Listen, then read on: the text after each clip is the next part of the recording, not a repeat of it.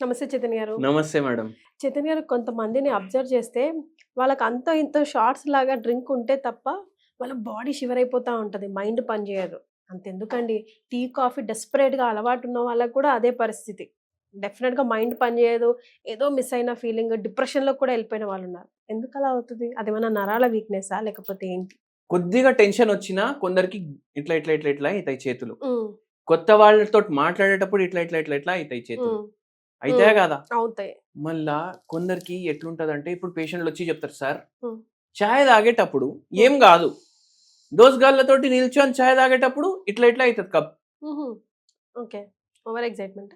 Anxiety అంటారు దాన్ని. యాంగ్జైటీయా? Okay. Anxiety వల్ల అయితది. హుహు. వీటిని ట్రెమర్స్ అంటారు. హ్మ్. కొందరికి షుగర్ వ్యాధి వల్ల అయితది. హ్మ్. కొందరికి థైరాయిడ్ వ్యాధి వల్ల గూడా అయితది. కొందరికి నరాల్లో ఏమైనా ప్రాబ్లమ్ ఉంటే అయితది. హ్మ్. కొందరికి డయాబెటిక్ న్యూరోపతి ఉండడం వల్ల అయితది. కొందరికి బుర్రలో ప్రాబ్లమ్ ఉండడం వల్ల అయితది. హ్మ్. కానీ కొందరికి మీరు చెప్పినట్టు తాగుడు అలవాటు ఉంటది గదా! హ్మ్. ఆ తాగుడు అలవాటు ఉండడం వల్ల గూడా వాళ్ళకయితది. హ్మ్. ఇప్పుడు మీరంటారు దానికి దీనికి ఏం సంబంధం అనేసి మీకు హ్మ్. డౌటొస్తది. హ్మ్. అందరికీ ఏం అపోహ ఉంది అంటే తాగుడుతోటి లివర్ పాడైతది. హ్మ్. అంతే కదా! తాగుడు జేయకుండా మనిషి బతకొచ్చా? హ్మ్. బతకొచ్చు. లివర్ లేకుండా మనిషి బతకొచ్చా? బతకలేడు. హ్మ్. అవునా గాదా? హ్మ్. ఓన్లీ లివర్ మాత్రమే కాదు మళ్ళీ. ప్రతి దాని మీద ఎఫెక్ట్ ఏస్తది. అది ఒక అడిక్టివ్ డిజార్డర్. ఇప్పుడు నాకు తెలిసినోళ్ళు ఒకరు ఉన్నారు. హ్మ్. పేషెంటే. హ్మ్. మనకేం జెప్తున్నారు? మార్నింగ్ లెవ్వంగానే 2 పెగ్గులు డ్రింక్ చేయాల్సిందే. డ్రింక్ బెట్టి బెక్క డ్రింక్ చేయాలి. లాగా. ఆ! హ్మ్. లేకపోతే బాత్రూమ్ వరకు గూడా పోనీకి రాదు. వామ్మో! ఇది ఏందంటే అడిక్టివ్ డిసార్డర్. మీ బాడీ నరాలు ఎఫెక్ట్ అయిపోయినాయి దాంతోటి. హ్మ్. అవిటితోటి మీకు ఏం రియలైజ్ అయితలేదంటే, ఇది మీ ఆయుష్యం తక్కువ చేస్తుంది. అది మీరు ఏం రియలైజ్ చేయట్లేదంటే, ఇది మీ ఆయుష్ తక్కువ చేస్తుంది. హ్మ్. పెండ్లాం, పిల్లలు అందరూ రోడ్ల మీద వస్తారు మీరు లేకపోతే. హ్మ్. కానీ మీరు ఇది వదులుకోలేకపోతున్నారు. కొందరికి కావాలి వదిలేసేయాలి. కానీ ఇంటలేరు. హ్మ్. అయితే ఏమైతదంటే కొందరు ఏం వాళ్ళ మైండ్‌లో నడుస్తది అంటే కెపాసిటీ ఫుల్ ఉంటది అనుకుంటారు. హ్మ్.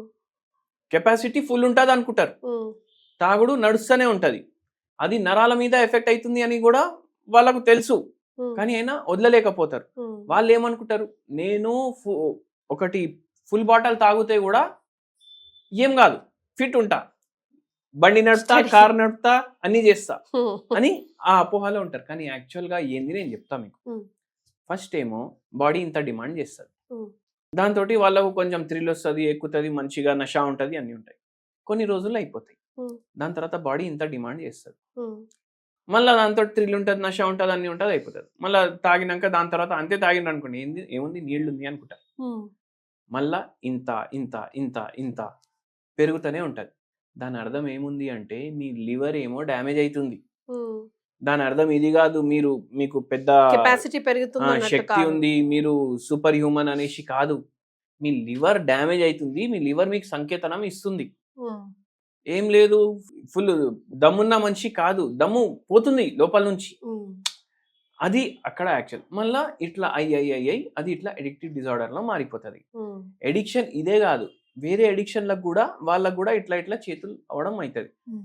ఒక కానీ పేషెంట్ అసలు తాగుడు అలవాటు అట్లా లేని వాళ్ళకి కూడా కొంతమందికి నార్మల్ పీపుల్‌కి కూడా చూస్తూ ఉంటాం గదా! అవును. అన్ని విధాలుగా బావుంటారు.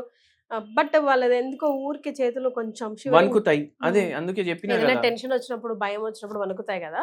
నార్మల్ టైమ్‌లో గూడా వాళ్ళకి అట్లనే. అవును. అది బికాజ్ ఆఫ్ యాంక్సైటీ ఉండొచ్చు. లేదంటే వేరే రోగం గూడా ఉండొచ్చు అండర్‌లైన్. హ్మ్. ఇట్లా తాగడంతోటి పేషెంట్‌కి షుగరొచ్చింది. లివర్ సగం పోయింది. మళ్ళా దాని తర్వాత ఇంకా తాగితే ఇంకా నెక్స్ట్ సిర్రోసిసే ఆ పేషెంట్‌కి. ఓహ్! ఇంత తాగినంక గూడా ఇంకా సిర్రోసిస్ ఎట్లా రాలేదని నేను పరేషాన్ అయినా. ఆ! ఓకే. అప్పుడు చైతన్ గారు, ఇప్పుడు లివర్ మంచిగా చేయొచ్చా? ఇప్పుడు తాగడం మానిపిచ్చొచ్చేమో బహుశా హోమియోపతితో. బట్ సగం లివర్ అయితే డ్యామేజ్ అయింది అని అన్నారు గదా! మరి దాన్ని బాగు చేయొచ్చా? లేకపోతే ఇంకా పాడవకుండా కాపాడుకోవచ్చా? తాగుడు వదిలేస్తే ఆ లివర్ గూడా మంచిగయితది. మీ కుటుంబం గూడా మంచిగయితది. హ్మ్. అవునా గాదా? హ్మ్. అయితే ఫస్ట్ మీరు ఆ తాగుడు బంద్ జేయండి. దాంతో పాటు హోమియోపతి మందులు వాడండి. ఈ పేషెంట్‌కి డయాబెటిక్ న్యూరోపతి అయిపోయింది ఇట్లనే. ఆ! కాళ్ళలో స్పర్శ ఉంటలేదు మళ్ళీ. ఓహ్! ఏమంటుండ్రు, గోర్లు కట్ జేసుకుంటారు గదా! హ్మ్. ఒకసారి ఎక్కువ కట్ అయిపోయిందంట.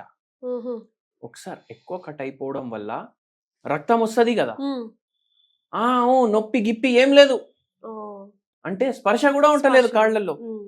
మళ్ళా ఇట్లా నడుస్తుంటే కూడా మొత్తం బాడీ ఇట్లా షేకింగ్ అవుతుంది, ఓహ్! బాడీ అంతా. బాడీ అంతా.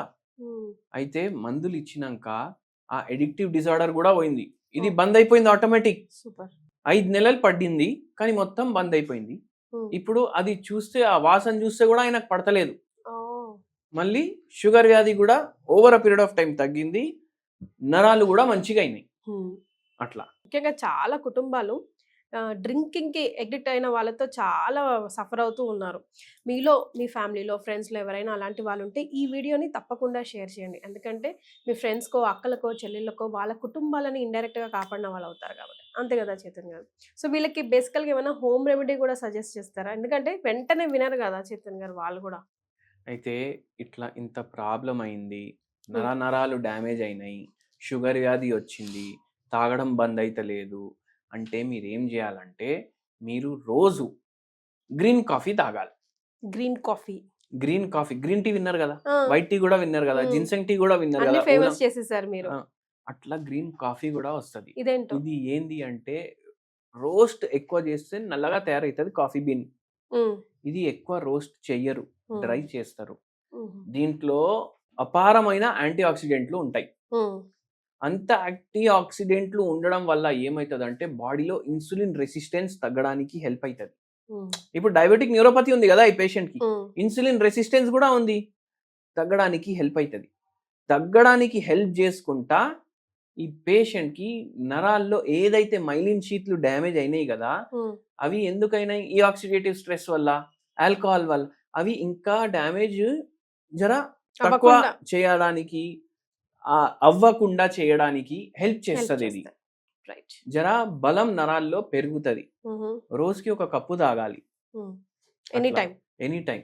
మళ్ళా దాని తర్వాత ఒక మెడిసిన్ కూడా చెప్తాను మీకు. హ్మ్. Silver is a good conductor of electricity అనేసి చెప్తారు. హ్మ్.